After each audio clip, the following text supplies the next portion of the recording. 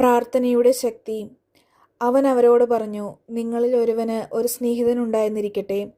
അർദ്ധരാത്രി അവൻ്റെ അടുത്ത് ചെന്ന് അവൻ പറയുന്നു, സ്നേഹിതാ, എനിക്ക് 3 അപ്പം വായ്പ തരിക.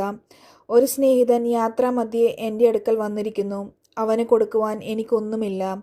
അപ്പോൾ അവൻ്റെ സ്നേഹിതൻ അകത്തുനിന്ന് മറുപടി പറയുന്നു, എന്നെ ഉപദ്രവിക്കരുത്, കതകടച്ചു കഴിഞ്ഞു.